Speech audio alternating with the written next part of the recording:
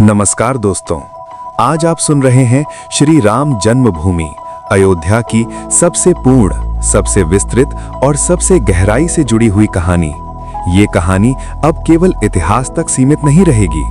आज हम जानेंगे राम मंदिर का प्राचीन इतिहास, आधुनिक निर्माण, मंदिर की पूरी संरचना और अगर आप दर्शन के लिए जाएं तो कैसे जाएं, क्या करें, क्या न करें, सब कुछ विस्तार से।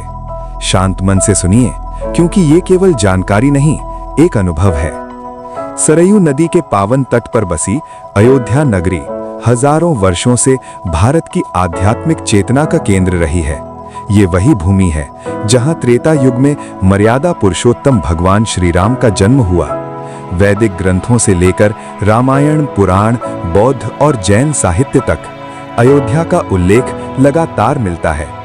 राम जन्मभूमि को सदैव एक पवित्र, पूजनीय और अखंड आस्था का केंद्र माना गया। समय बदला, युग बदले, लेकिन राम जन्मभूमि की स्मृति कभी समाप्त नहीं हुई। सदियों के संघर्ष के बाद आज उसी पवित्र भूमि पर भव्य श्री राम मंदिर अपने पूर्ण स्वरूप में खड़ा है। अब आइए इस मंदिर की संरचना को धीरे धीरे समझते हैं। श्री राम मंदिर उत्तर भारतीय नागर शैली में बनाया गया है। ये शैली प्राचीन भारतीय मंदिर वास्तुकला की सबसे उत्कृष्ट शैली मानी जाती है। मंदिर का संपूर्ण निर्माण गुलाबी बलुआ पत्थर से किया गया है। इसमें कहीं भी लोहे या स्टील का प्रयोग नहीं हुआ।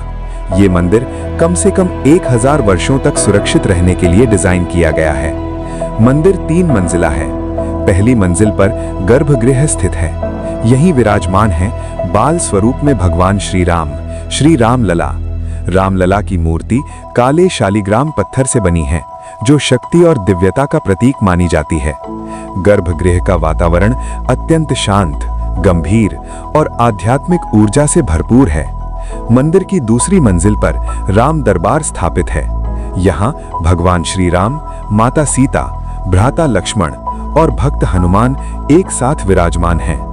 ये दृश्य राम राज्य की संपूर्णता और संतुलन का प्रतीक है। तीसरी मंजिल पर भविष्य में अन्य देवी देवताओं की स्थापना की योजना है।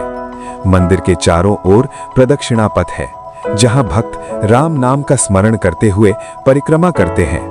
मंदिर परिसर में कुल 360 से अधिक स्तंभ हैं। हर स्तंभ पर रामायण की कथाएं और देवी देवताओं की सुंदर नक्काशी की गई है। ये स्तंभ केवल सजावट नहीं, बल्कि पूरी राम कथा को पत्थरों में उकेरते हैं। मंदिर का शिखर लगभग 161 फीट ऊंचा है। शिखर पर भगवा ध्वज लहराता है, जो धर्म, साहस और सत्य का प्रतीक है। पूरे परिसर का डिजाइन वास्तुशास्त्र के अनुसार किया गया है। मंदिर का प्रत्येक कोण ऊर्जा के संतुलन को ध्यान में रखकर निर्मित किया गया है। अब आइए जानते हैं, अगर आप श्री राम मंदिर के दर्शन के लिए अयोध्या जाना चाहते हैं तो आपको क्या-क्या करना चाहिए। सबसे पहले अयोध्या पहुंचना। अगर आप ट्रेन से आना चाहते हैं तो अयोध्या धाम जंक्शन भारत के प्रमुख शहरों से सीधे जुड़ा हुआ है। अगर आप हवाई यात्रा से आना चाहते हैं तो महर्षि वाल्मीकि अंतर्राष्ट्रीय हवाई अड्डा अयोध्या में ही स्थित है।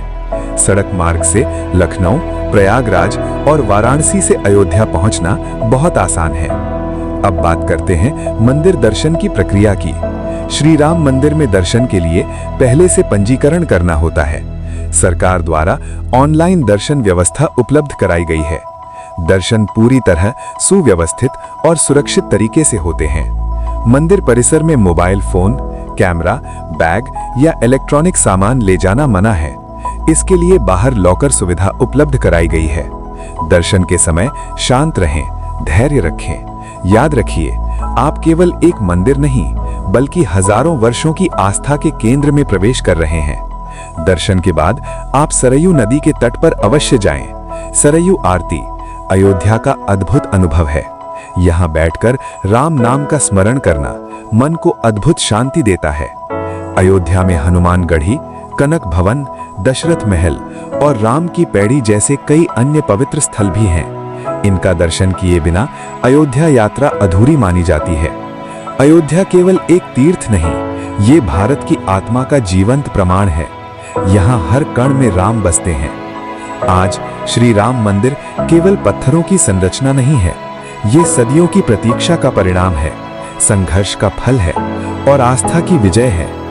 राम केवल इतिहास नहीं, राम वर्तमान है और भविष्य भी है। और अयोध्या सदैव राम की अयोध्या रहेगी।